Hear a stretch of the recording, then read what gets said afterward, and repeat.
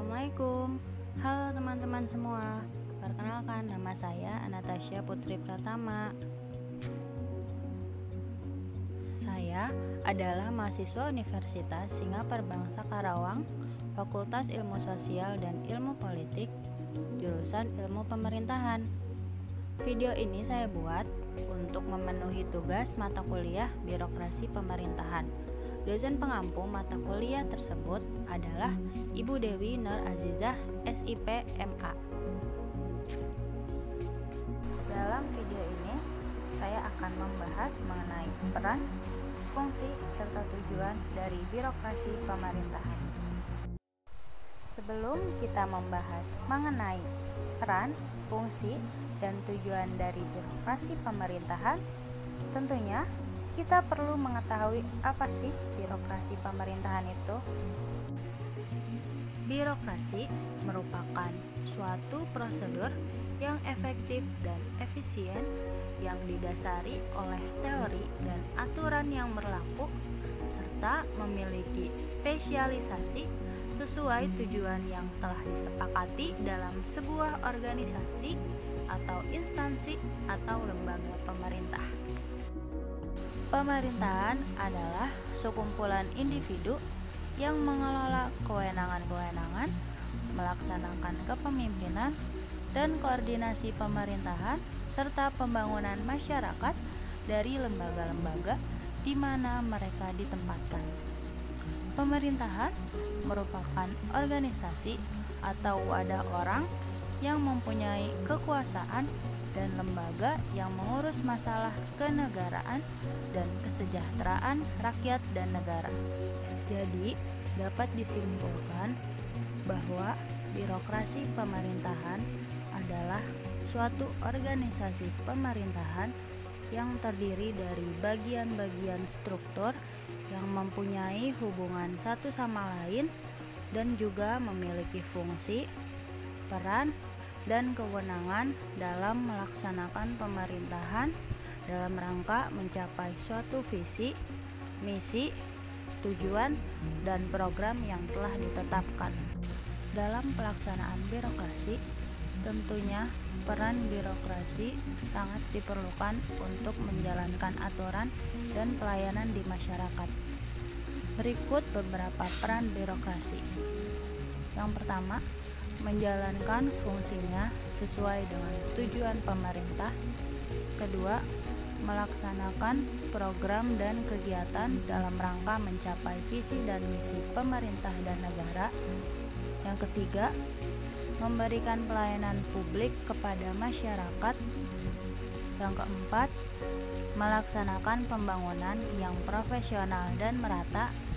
Yang kelima, pelaksana manajemen pemerintah mulai dari perencanaan, pelaksanaan, pengawasan, koordinasi, evaluasi, sinkronisasi, dan lainnya.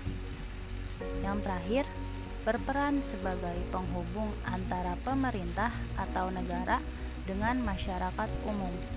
Yang selanjutnya yaitu fungsi birokrasi. Michel G. Roskin menyebutkan bahwa sekurang-kurangnya terdapat 4 fungsi birokrasi di dalam suatu pemerintahan, yaitu yang pertama fungsi administrasi, yang kedua fungsi pelayanan, yang ketiga fungsi pengaturan, yang keempat fungsi pengumpulan informasi. Kita masuk ke fungsi yang pertama, yaitu fungsi administrasi.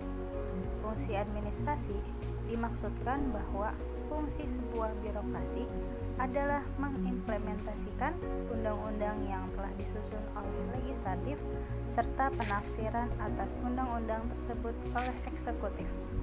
Dengan demikian, administrasi berarti pelaksanaan kebijaksanaan umum suatu negara di mana kebijakan umum itu sendiri telah dirancang sedemikian rupa untuk mencapai tujuan negara secara keseluruhan.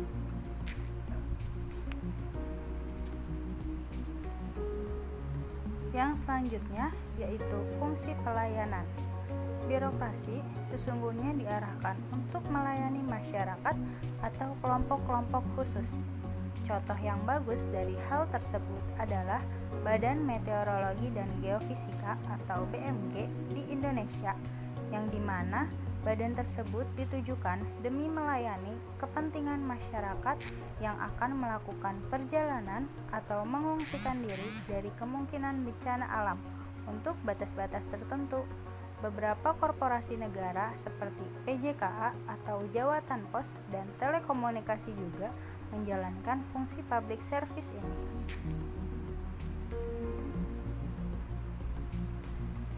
Selanjutnya yaitu fungsi pengaturan.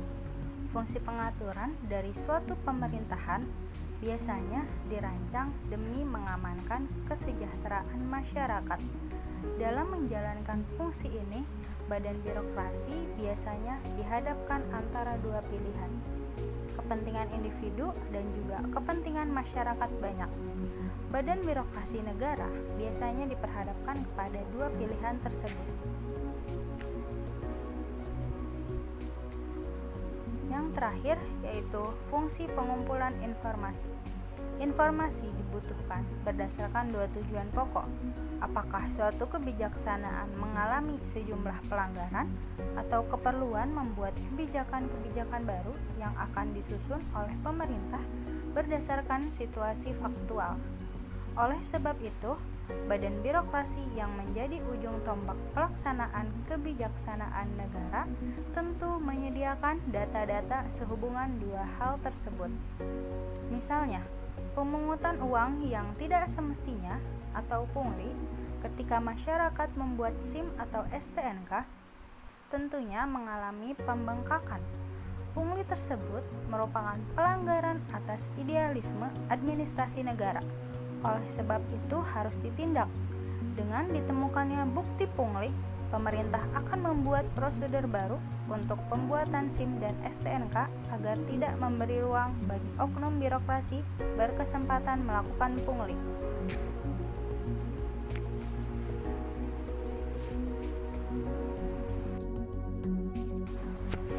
Selanjutnya yaitu tujuan birokrasi. Tujuan birokrasi yang pertama yaitu menjalankan program atau kegiatan agar tercapainya visi dan misi pemerintahan. Yang kedua, melaksanakan seluruh aspek manajemen pemerintahan, mulai dari aspek perencanaan, koordinasi, pengawasan, preventif, represif, evaluasi, dan lain-lain. Yang ketiga, memberikan pelayanan kepada masyarakat serta melakukan pembangunan secara netral dan profesional.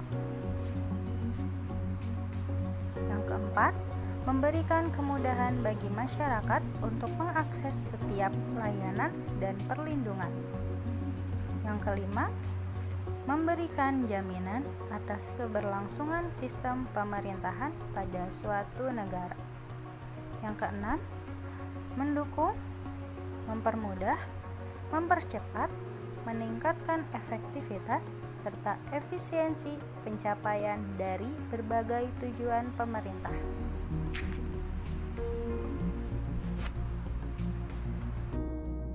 Cukup sekian pemaparan materi dari saya.